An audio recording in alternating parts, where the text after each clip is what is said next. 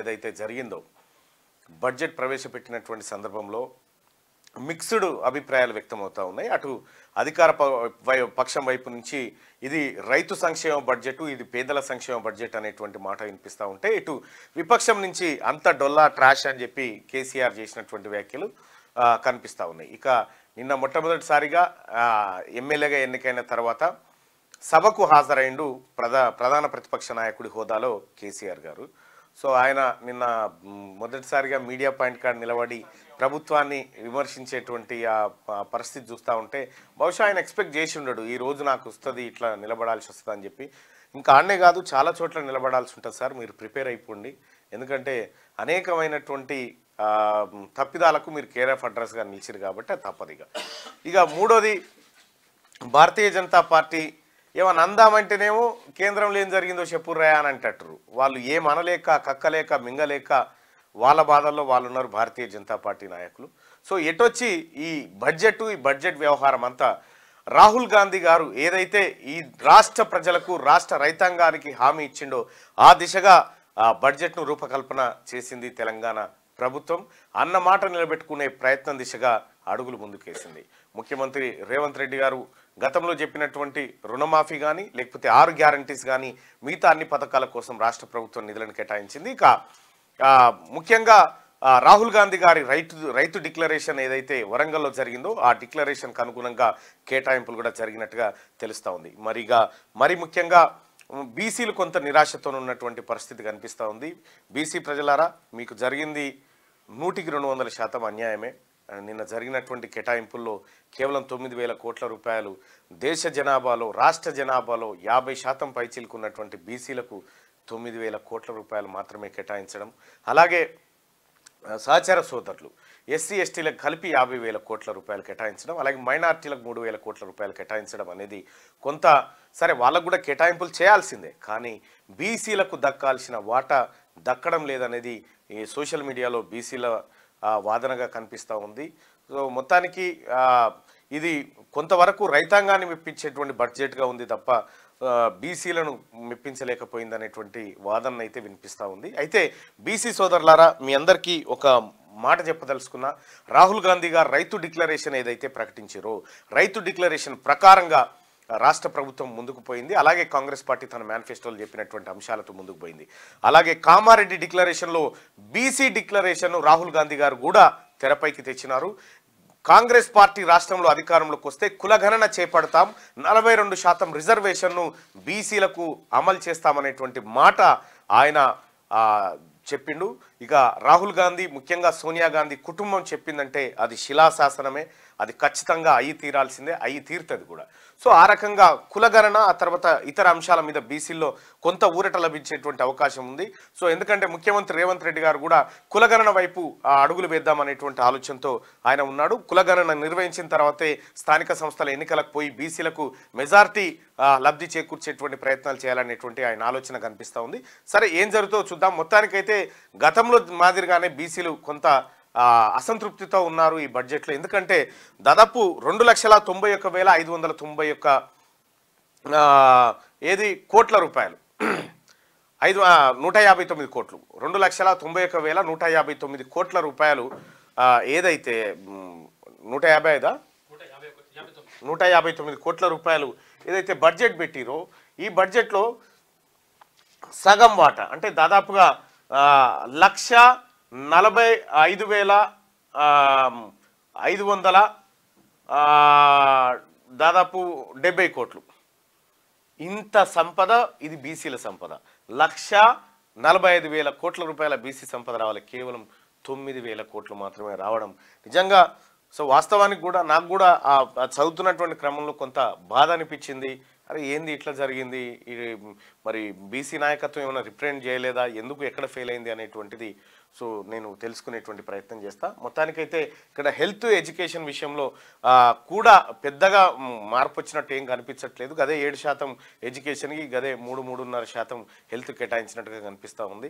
So ఇవి కొంతమంది మాలాంటి వాళ్ళని కొంత సంతృప్తి పరచలేదు కొన్ని అంశాల్లో. రైతుల విషయంలో సూపర్ బంపర్గా చేసినటువంటి మాట రైతులకు చేయాల్సిందే, రైతుల కోసం ఎంత చేసినా తక్కువే. అట్లాంటి బడ్జెట్లు అట్లాంటి రుణమాఫీల కార్యక్రమాలు చేయాల్సిందే. కానీ ప్రధానంగా ఈ దేశానికి రాబోయే తరాలకు భారీ వనరుగా మారేటువంటి మానవ వనరుల అభివృద్ధి, వాటి కోసం కావాల్సినటువంటి విద్య, మౌలిక సదుపాయాలు, ఆరోగ్యం అనేది కొంత వెనుకబడ్డట్టుగా కనిపిస్తూ ఉంది ఈ బడ్జెట్లో. సరే, ఏదేమైనప్పటికీ బడ్జెట్ పైన నిన్న పెట్టినటువంటి బడ్జెట్ పైన మీ అభిప్రాయాన్ని తెలియజేయాల్సిందిగా మీ అందరికీ ఒక రిక్వెస్ట్ చేస్తా ఉన్నా. ఒకసారి పోల్ రెడీ ఉందా? మార్నింగ్ న్యూస్ చూస్తున్నటువంటి మిత్రులారా ఒకసారి దయచేసి ఈ లైక్ బటన్ని క్లిక్ చేయాల్సిందిగా మీ అందరిని రిక్వెస్ట్ చేస్తా ఉన్నా.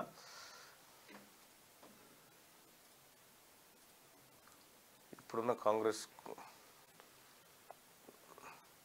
మోసం చేశారు, ఇప్పుడున్న కాంగ్రెస్ కూడా అలానే చేస్తున్నారన్న, మాకు పర్మనెంట్ కావాలి మీ నుండి అని చెప్పి ఆర్టిజన్స్ అడుగుతూ ఉన్నారు. ఆర్టిజన్స్ సోదరులారా, ఖచ్చితంగా మీ అంశాన్ని ముఖ్యమంత్రి గారు పరిశీలిస్తూ ఉన్నారు. ఆ విద్యుత్ శాఖకు సంబంధించినటువంటి ప్రక్షాళన ఖచ్చితంగా జరుగుతుంది, అది త్వరలోనే జరుగుతుంది. దయచేసి మార్నింగ్ న్యూస్ చూస్తున్నటువంటి మిత్రులారా ఈ లైక్ బటన్ని క్లిక్ చేయాల్సిందిగా మీ అందరిని రిక్వెస్ట్ చేస్తూ. సో ఉందా రెడీగా? రైట్, ఒకసారి ఆ పోల్ చూద్దాం. నిన్నటి అసెంబ్లీ, సో కేంద్ర బడ్జెట్ అయితే ఏం లేదు, అది గాడిద గుడ్డే, అది గాడిద గుడ్డే. సో ఇప్పుడున్నటువంటి తెలంగాణ బడ్జెట్ ఎలాంటి రైట్, తెలంగాణ బడ్జెట్ ఆశాజనకంగా ఉందా? ఉంది లేదు అనుకునే వాళ్ళు, ఉంది అనుకునే వాళ్ళు పైన, లేదు అనుకునే వాళ్ళు కింద మీ అభిప్రాయాన్ని తెలియజేయాల్సిందిగా కోరుతా ఉన్నాం. అన్న పెన్షన్ అడుగుతా ఉన్నారు, మోసపోయాం కాంగ్రెస్ వల్ల అని చెప్పి మహేశ్వర్ రెడ్డి అంటా ఉన్నారు. ఎవరు మోసపోలేదు, మోసపోవడానికి అవకాశం కూడా మేము ఇయ్యం. బీసీలకు చాలా మోసం చేశారని చెప్పి చెప్తా ఉన్నారు. ఈయన పోర్టువల్ గీటువల్ ఏముండే, ఇక ఉద్యోగుల గురించి అడుగు సార్ అన్న. సౌండ్ రావట్లేదు, మోపవుతాడు, వట్టిగానే సౌండ్ వస్తుంది కానీ వట్టిగానే ఆయన లేచి కొడతా ఉంటాడు అన్నట్టు. రైట్ సోదరులారా, మార్నింగ్ న్యూస్ చూస్తున్నటువంటి మిత్రులారా ఒక్క నిమిషం దీన్ని కేటాయించి ఈ లైక్ బటన్ని క్లిక్ చేసి ఈ షేర్ని మీ వాట్సాప్ గ్రూప్లో చేయాల్సిందిగా మీ అందరు రిక్వెస్ట్ చేస్తూ, ఇక వెలుగు దినపత్రికలో ఉన్నటువంటి వార్తలు చూస్తే బడ్జెట్ స్వరూపం. మొత్తం బడ్జెట్ 2,91,159 కోట్లు మొత్తం బడ్జెట్ పెట్టినటువంటి బడ్జెట్. ఇక రాష్ట్ర పన్ను ఆదాయం, పన్నుల ద్వారా రాష్ట్రానికి ఆదాయం ఎంత వస్తుందంటే 1,38,181 కోట్లు వస్తూ ఉంటే కేంద్రం నుంచి రాష్ట్ర పన్నుల వాటా 26,216 కోట్లు. ఇక పన్నేతర ఆదాయం 35,208 కోట్లు, గ్రాంట్స్ ఇన్ ఎయిడ్ అంటూ 21,636 కోట్లు. ఈ రకంగా ఆదాయం సమకూరుతా ఉంది రాష్ట్ర ప్రభుత్వానికి. అవి కాకుండా ఇక జీఎస్టీ, పెట్రోల్, డీజిల్, ట్రేడ్, ఇతర పన్నుల ద్వారా 84,211 కోట్లు, స్టాంప్స్ అండ్ రిజిస్ట్రేషన్స్ ద్వారా 18,228 కోట్లు, ఎక్సైజ్ ఆదాయం మద్యం ద్వారా 25,617 కోట్లు. ఈ రకంగా వచ్చినటువంటి ఆదాయం ఇగో ఇంత. ఇంకా మూలధన వ్యయం కూడా చేయడం జరిగింది, మూలధనాన్ని కూడా కొంత ఖర్చు చేస్తూ ఉన్నారు. 2,91,159 కోట్లతోని ఈ బడ్జెట్ను రూపొందించారు. ఈ బడ్జెట్లో కేటాయింపులు ఎట్లా ఉన్నాయి, ఏదేది ఎట్లా ఉందని చూస్తే రైతు కుష్ బడ్జెట్లో వ్యవసాయానికి 72,659 కోట్లు, రైతు కూలీలకు ఏటా 12,000 సాయం, ఇకపై పంటల బీమా అమలు. అసెంబ్లీలో బడ్జెట్ను ప్రవేశపెట్టిన డిప్యూటీ సీఎం బట్టి విక్రమార్క సంక్షేమానికి 6 గ్యారంటీలకు సరిపడా నిధులు. తొలిసారి విద్యారంగానికి 7% పైగా కేటాయింపులు.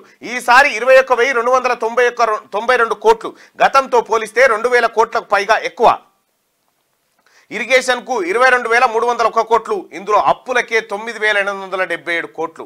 ఇవి ఈ రకమైన కేటాయింపులు. కేవలం ఒక వ్యవసాయానికే 72,659 కోట్లు కేటాయించింది తెలంగాణ రాష్ట్ర ప్రభుత్వం. ఇక రైతన్నకు జయకొడుతూ సాగుకు సాతిస్తూ రాష్ట్ర ప్రభుత్వం దండిగా నిధులు కేటాయించింది. వ్యవసాయానికి పెద్దపీట వేస్తూ భారీ బడ్జెట్ను తీసుకొచ్చింది. అస్తవ్యస్తమైన ఆర్థిక వ్యవస్థను గాడిలో పెడుతున్నామని, ప్రజా సంక్షేమానికి టాప్ ప్రయారిటీ ఇస్తున్నామని ప్రకటించింది. బడ్జెట్ అంటే కేవలం అంకెల సమాహారం కాదని, అది మన విలువలు, ఆశల వ్యక్తీకరణ అని పేర్కొంది. 2024-25 ఆర్థిక సంవత్సరం ఫుల్ బడ్జెట్ను గురువారం అసెంబ్లీలో డిప్యూటీ సీఎం ఆర్థిక మంత్రి బట్టి విక్రమార్క ప్రవేశపెట్టారు. రైతులకు, రైతు కూలీలకు, వ్యవసాయ అనుబంధ రంగాలకు అధిక ప్రాధాన్యం ఇచ్చారు. నాగేటి సాలాల్లో నిధుల వరద పారించారు. కాంగ్రెస్ అధికారంలోకి వచ్చిన తర్వాత ప్రవేశపెట్టిన మొట్టమొదటి పూర్తిస్థాయి బడ్జెట్ ఇది.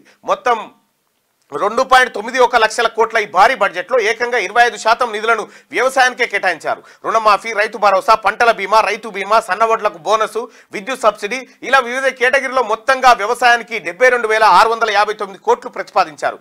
ఎండకు ఎండుతూ వానకు తడుస్తూ ఆరుగాలం శ్రమిస్తూ దేశాభివృద్ధికి దోహదపడే శ్రమజీవి రైతు, సమాజానికి అన్నం పెట్టే రైతన్నకు భరోసా కల్పించడం మా ప్రభుత్వం కనీస బాధ్యత అని డిప్యూటీ సీఎం బట్టి విక్రమార్క పేర్కొన్నారు.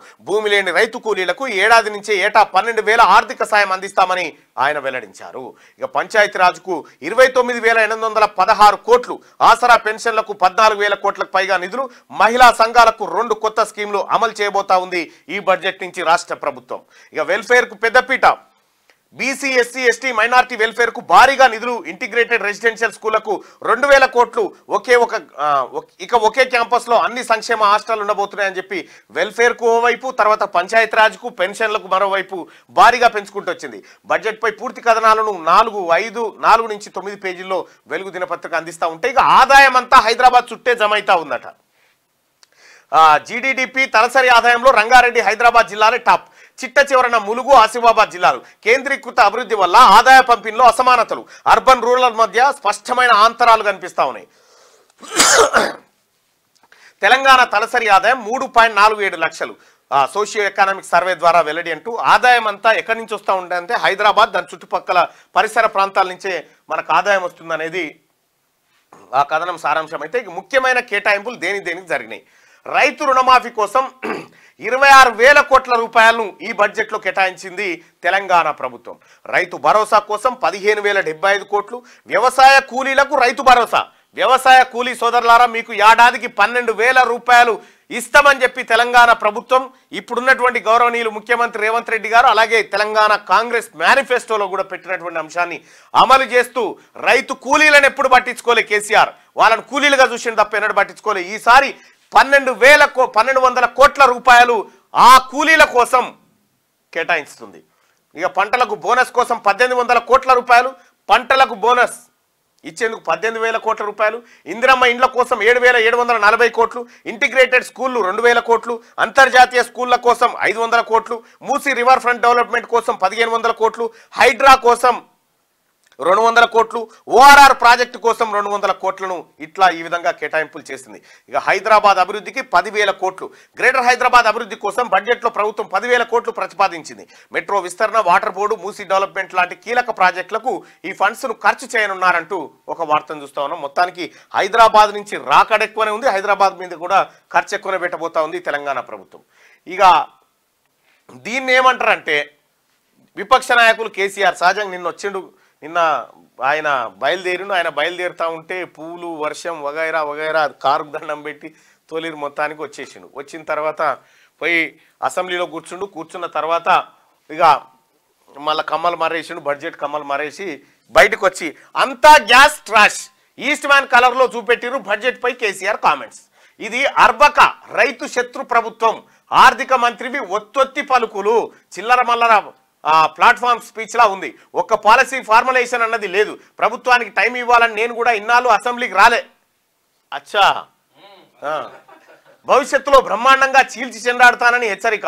ప్రతిపక్ష నేతగా తొలిసారిగా అసెంబ్లీకి మీడియా పాయింట్లో ప్రసంగం. గురువారం అసెంబ్లీ మీడియా పాయింట్ వద్ద మాట్లాడుతున్న కేసీఆర్ అంటూ ఒక వార్త. కేసీఆర్ మాట్లాడినటువంటి మీడియా పాయింట్ వీడియో ఒక్కసారి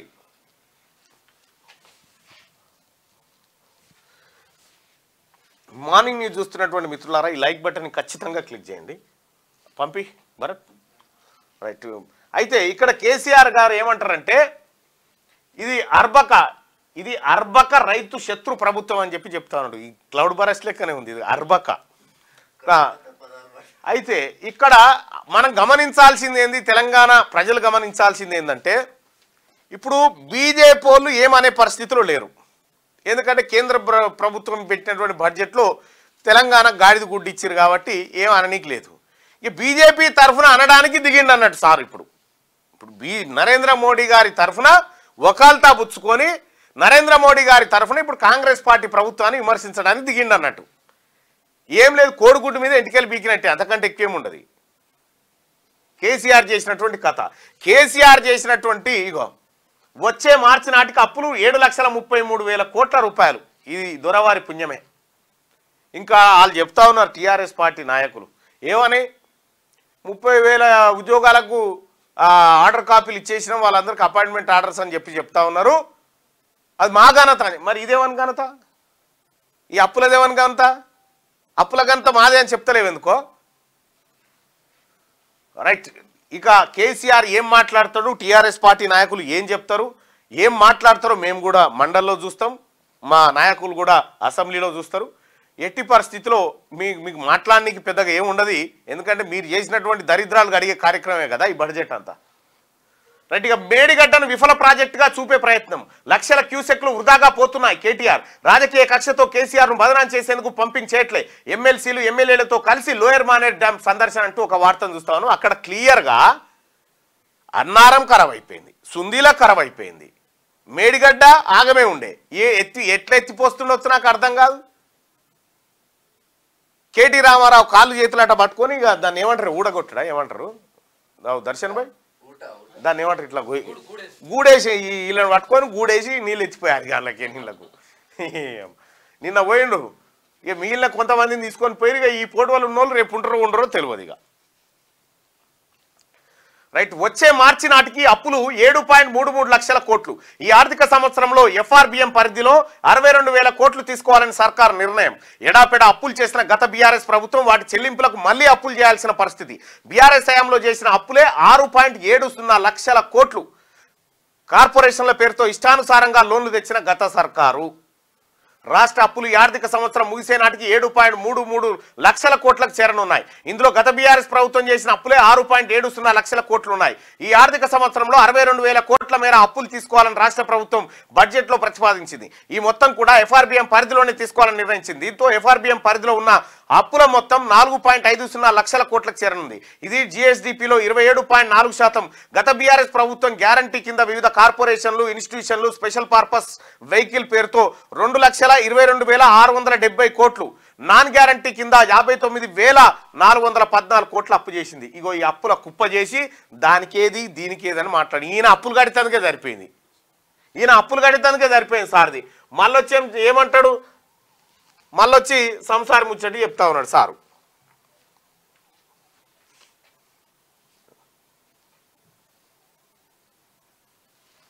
ఏదో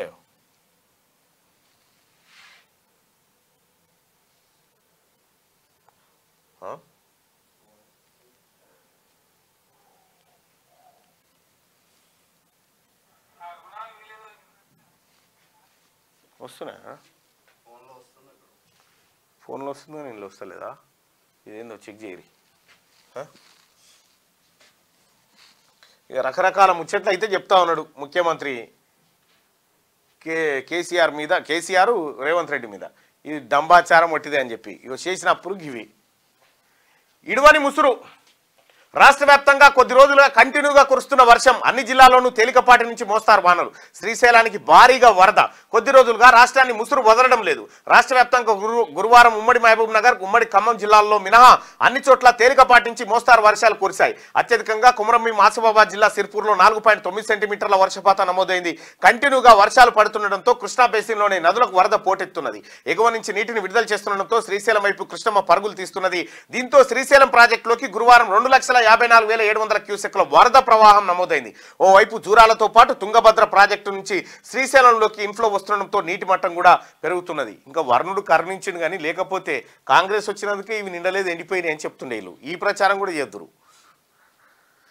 ఆంధ్ర బాలికపై అందబాలికపై అత్యాచారం, సీతక్క సీరియస్, ఉన్నతస్థాయి కమిటీతో విచారణ జరపాలని ఆదేశం. హాస్టల్ ఇన్ఛార్జ్ వార్డెన్ను సస్పెండ్ చేసిన కలెక్టర్, కొనసాగుతున్న విచారణ, త్వరలో మంత్రికి రిపోర్ట్. ఎంత దారుణమే. నీట్ ఎగ్జామ్ రివైజ్డ్ ఫలితాలు విడుదల. ఈసారి 17 మందికే ట్యాప్ ర్యాంక్ వచ్చిందట. సవరించిన స్కోర్ కార్డ్స్ రిలీజ్ చేసిన ఎన్టీఏ. అయిపోయాను మరి, లీక్ కాలేదట, గంతమందికి ఎట్లా వచ్చినాయి ఒకటేసారి. శిక్ష అనుభవించడానికి ఈఎంఐ పద్ధతి ఉందా సార్ అని అడుగుతా ఉన్నాడు. లంచం డబ్బులను ఈఎంఐ పద్ధతుల్లో వసూలు చేస్తున్న ఉద్యోగులట. శిక్ష అనుభవించడానికి ఈఎంఐ పద్ధతి ఉందా అని అడుగుతా ఉన్నాడు ఆయన ఇందులో. సో మొత్తానికి తెలంగాణ బడ్జెట్ ఏదైతే ఉందో ఈ బడ్జెట్ ఇటు కేసీఆర్ ఏమీ చెప్పుకోలేకుండా ఏం మాట్లాడలేనటువంటి పరిస్థితికి దాపురించింది.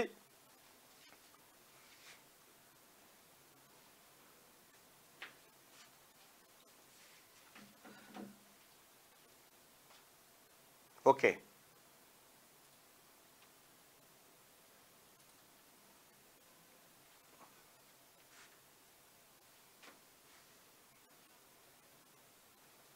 రైట్ రైట్ సోదరులారా, మీ కామెంట్స్ కూడా నేను అబ్జర్వ్ చేస్తూ ఉన్నా.